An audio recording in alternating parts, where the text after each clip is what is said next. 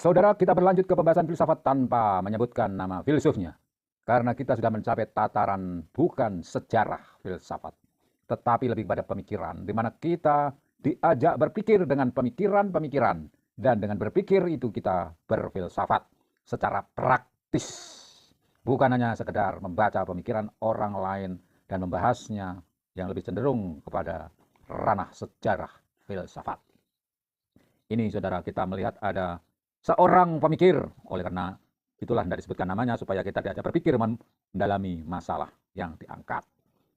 Ia mengutarakan adanya suatu masyarakat yang tidak memiliki akhir tertentu. Jadi ditakdirkan untuk mencapai akhir dari pemanaan material. Nah, di sini apa adanya masyarakat itu berjalan, dia ditakdirkan mencapai akhir material, tetapi tidak memiliki akhir tertentu.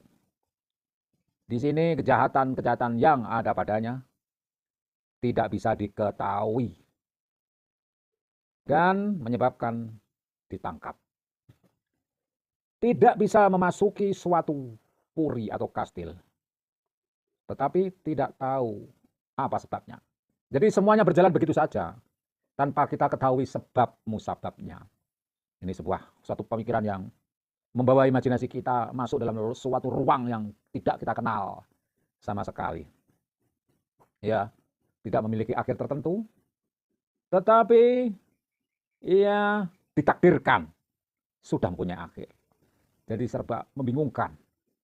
Mungkin kita pernah mengalami masa-masa seperti itu.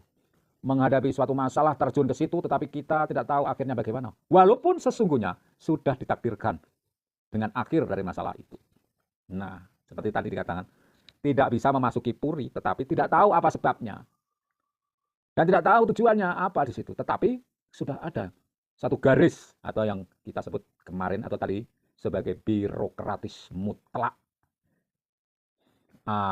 Yang sangat rasional, hiperrasionalis. Nah, di sini saudara-saudara kita diajak masuk dalam satu pemikiran yang betul-betul mengguncangkan imajinasi kita. Pada satu tataran, orang bisa mengungkapkan bahaya ada hubungan psikologis dan sosial. Nah, jadi di sini kita masuk dalam ruang yang tidak jelas itu secara psikologis mengguncangkan kita. Karena kita tidak tahu segala sesuatunya, apa di situ yang terjadi. Tetapi di situ kita sesungguhnya dapat menghubungkannya atau menyingkap bahayanya dengan hubungannya dengan sosial. Jadi ada semacam kesadaran bahwa di situ secara psikologis kita terguncang, tapi kita tahu bahwa di situ ada bahaya bila kita berhubungan dengan sosial, ada orang dan orang yang kita jumpai. Penyingkapan ini sangat mungkin. Jadi muncul kewaspadaan dalam diri kita ketika kita menghadapi suatu tekanan seperti itu.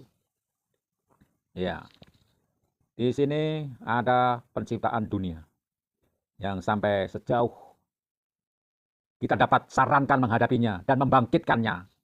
Nah, tetapi keanehan yang kita miliki adalah tidak pernah menunjukkan atau menguraikannya. Kita bisa merasakan akan bahaya itu.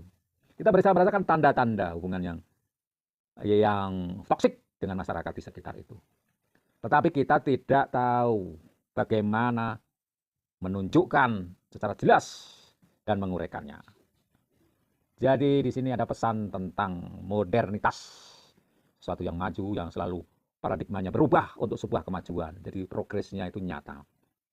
Kemauan untuk berkembang, berubah ada. Disitulah makna modernitas yang sesungguhnya. Bukan sekedar adanya mesin-mesin atau alat-alat modern. Tetapi sikap kita mau berubah dengan pemikiran baru, paradigma baru. Kita termasuk orang modern.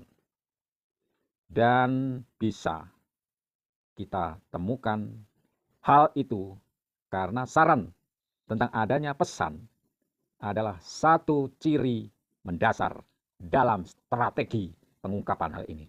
Jadi, dengan pesan tentang kemauan untuk berubah dalam kondisi yang tidak jelas, kita bisa membuat sebuah saran bagi diri kita sendiri dan bagi orang lain. Dalam kondisi yang sulit dan serba tidak jelas itu, kita mempunyai satu hal yang menjadi strategi dalam menghadapinya, yaitu carilah pesan tentang modernitas, perubahan sikap untuk berani menghadapi tantangan baru, peluang baru, perubahan baru. Dengan setiap saat siap untuk dinamis berubah. Di situ kita dapat menghadapi teka-teki yang tidak jelas itu.